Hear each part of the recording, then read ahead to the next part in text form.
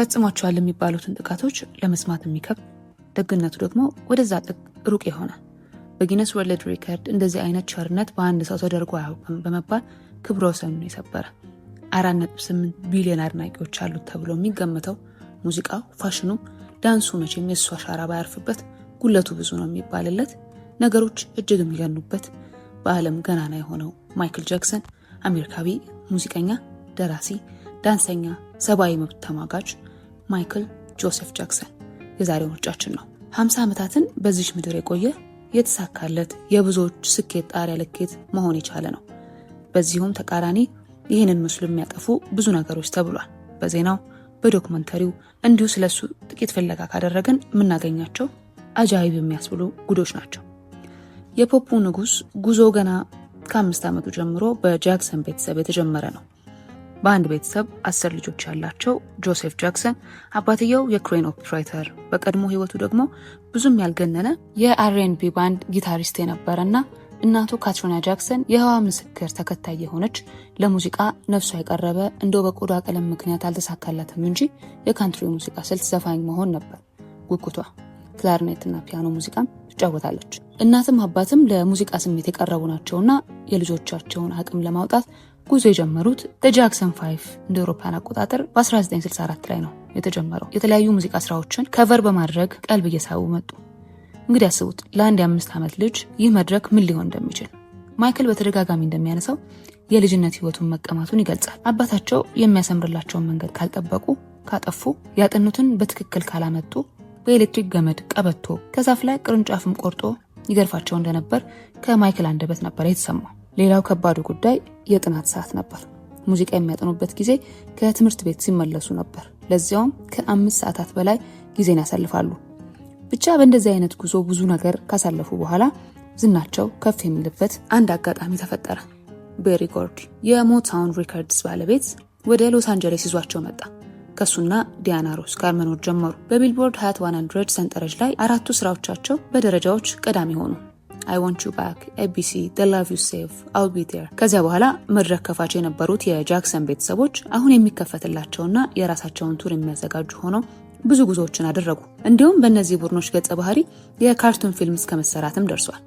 ከኤፒክ ሪከርድስ ጋር የተለያዩ አልበሞችን ለአድማጭ አብቅተዋል። የማይክል ትልቁ የህይወት አቅጣጫ ቀያሪ የተባለው አጋጣሚ The Wiz በተሰኘው ሙዚቃዊ ፊልም ላይ መተወኑ ከታላቁ ፕሮዲውሰር ኩዊንሲ ጆንስ ጋር እንዲተዋወቁና የሥራ መስመር እንዲኖራቸው በር ከፋች አጋጣሚ ነበር። ኦፍ ዘ ዎል ትልቁ ስኬት የተጀመረበት፣ ዶንት ስቶፕ ቲል ዩ ጌት ኢነፍ ግራሚ አዋርድ ያነሳበት፣ ብዙ የሙዚቃ ትራኮቹ ሰዎች ጆሮች ጋር ደርሰዋል። ይህ ስኬት እያለም ግን ከወንድሞቹ ጋር የሚሰራውን ስራ አላቆመም። እንዲሁም የቡድናቸው አልበም የበለጠ እንዲሸጥ ምክንያት ሆኗል። የማይክል ስኬት ትሪለር፣ ይህ አልበም ሁሌም ጉድ ያስብላል።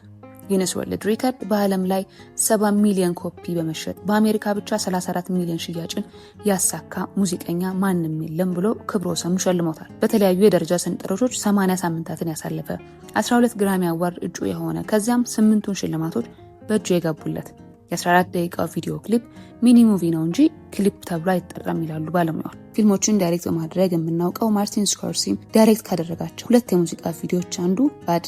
ይህ ክሊፕ 18 ደቂቃዎችን ይፈጃል። 1991 ዴንጀረስ አልበም ከዚህ ቀደም የማይክል ጀርባ አጥንት የነበረው ኩዊንሲ ጆንስ የሌለበት 16 ዓመታት ነበር በጋራ የሰሩት።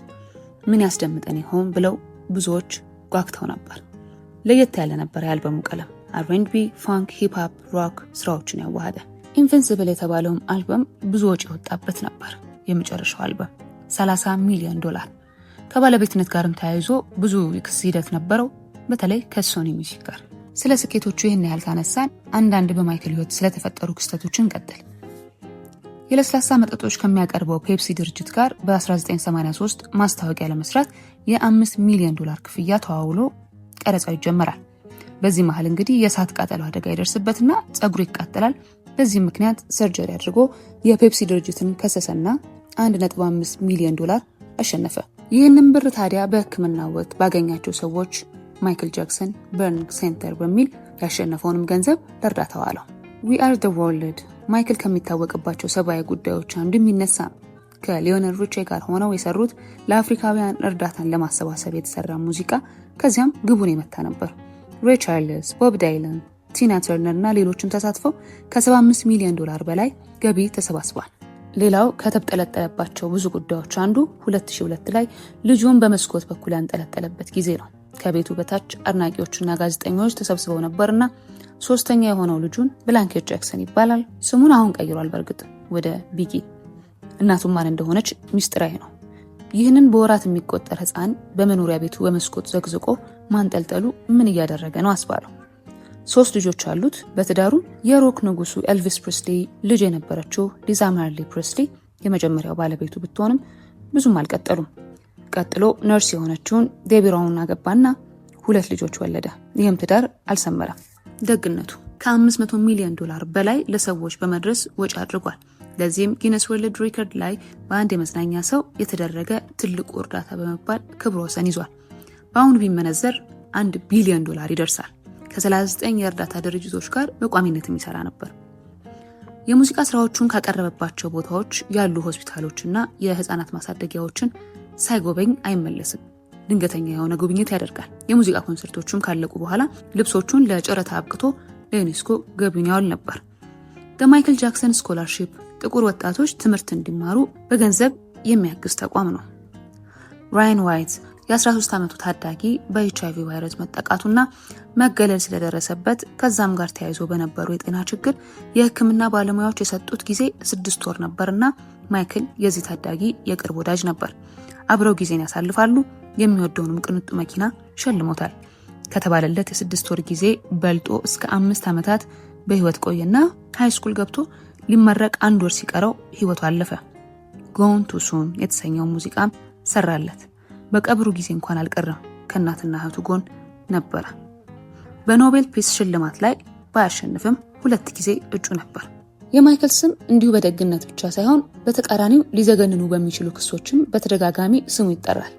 የ13 ዓመቱ ታዳጊ ጆርዳን ቻንድለር በልጅነቱ ጥቃት ያደረሰበት እንደነበር ተናገረ። በኔቨርላንድ ትልቁ መኖሪያ ውስጥ ብዙ ጉዶች አሉ ብለው ሰዎች ያሙታል። ከልጆች ጋርም አብሮ የሚያሳልፍና ልጆችን ሰብስቦ የሚያድርበት ብዙ ጊዜ ነበረ። በተለያዩ ጊዜያትም ፖሊሶች የተለያዩ ብርበራዎችን ቢያደርጉም የተባለውን ክስ የሚያረጋግጡ ነገሮች አላገኙም። በ2003 ሊቪንግ ዊዝ ማይክል ጃክሰን የተሰኘ ዶክመንታሪ በብሪቲሽ ጋዜጠኛ ማርቲን ባሽር ተለቀቀ። ከልጆች ጋር ስላለው ግንኙነትም ተጠየቀ። የሰጠውን መልስ የሚያስደስተው ነገር እንደሆነ ነው። አንድ ጊዜም በቁጥጥር ስር ውሎ ነበር። 10 የተለያዩ ክሶችን ተከሰሰ። በሌላ ጊዜም 130 የሚሆኑ ሰዎች መሰከሩበት። በዚህም ክስ አሸንፎ ወጥቷል። ዝናው ከፍ ካለ በኋላ ለመጀመሪያ ጊዜ ሰዎች ማይክልን እንዲያውቁት ምክንያት የሆነው በጋዜጠኛ ኦፕራ ዊንፍሬ ጠያቂነት በቤቱ የተደረገው ቃለ መጠይቅ ነው። ይህ ዝግጅት በቀጥታ ነበር በቴሌቪዥን መስኮቶች የሚደርሰው። ማይክል ብዙ እየተባለ የነበረበት ወቅት ነው። እድሜውን ለማርዘም ራሱን ለመጠበቅ ያደርጋቸዋል የሚባሉ ወጣ ያሉ ነገሮች፣ የቆዳውን ቀለም ቀይሯል ምክንያቱም በጥቁርነቱ ስለሚያፈር ነውና ሌሎችም ብዙ አወዛጋቢ ጉዶች የተባሉበትና ስለዚህም ጉዳዮች በሚሊዮኖች ፊት መልስ ሊሰጥ ነው። ኦፕራም ስትጀምር ደንግጣል ትለዋለች። እሱ ግን ምንም የሚያስደነግጥ ነገር እንደሌለ ይነግራትና ጨዋታቸውን ይቀጥላሉ። ወደ ልጅነት ህይወቱ ወደ ኋላ ሄዳል። ከአባቱ ጋር የነበራቸውን የውጥረት ጊዜ እንዴት ልጅነቱን እንዳሳጣው፣ መድረክ ላይ ብቻ ለሱ ቤቱ እንደሆነ፣ ከመድረክ ሲወርድ የሚሰማው ድብርትና ብቸኝነትን በግልጽ ተናገረ። አንዳንድ ጊዜ ወደ ሙዚቃው ኮንሰርት ጉዞዎች እየሄደ እንደሚያለቅስ፣ ምክንያቱም ደግሞ በጊዜው እንደ እድሜው ከኩዮቹ ጋር መጫወት መቦረቅ ነበር ፍላጎቱ። እሱ ግን በቅንጡ መኪናዎችና ጀቶች በቦዲጋርድ ታጅቦ ነበር የሚንቀሳቀሰው። ያጣውን የልጅነት ጊዜ አሁን ከልጆች ጋር በማሳለፍ የማካካስ ነገር ይመስላል እንደሚያስደስተው ነገራት። የቆዳ ቀለሙንም ጉዳይ በዚህ ቃለ መጠይቅ ይፋ ያደረገበት ነው። የቆዳ ችግር ገጥሞት እንጂ ጥቁርነቱን እንደሚኮራበት በይፋ ተናገረ። እሱ ላይ እንዴት ነገሮች እንደሚገኑበት አንስቷል። ቀዶ ጥገና ማድረጓል ተብሎ በሚታማበት ጉዳይም ሌሎችም ሰዎች አፋቸውን ከፍተው የሰሟቸውን ነገሮች ነበር ይፋ ያወጣው።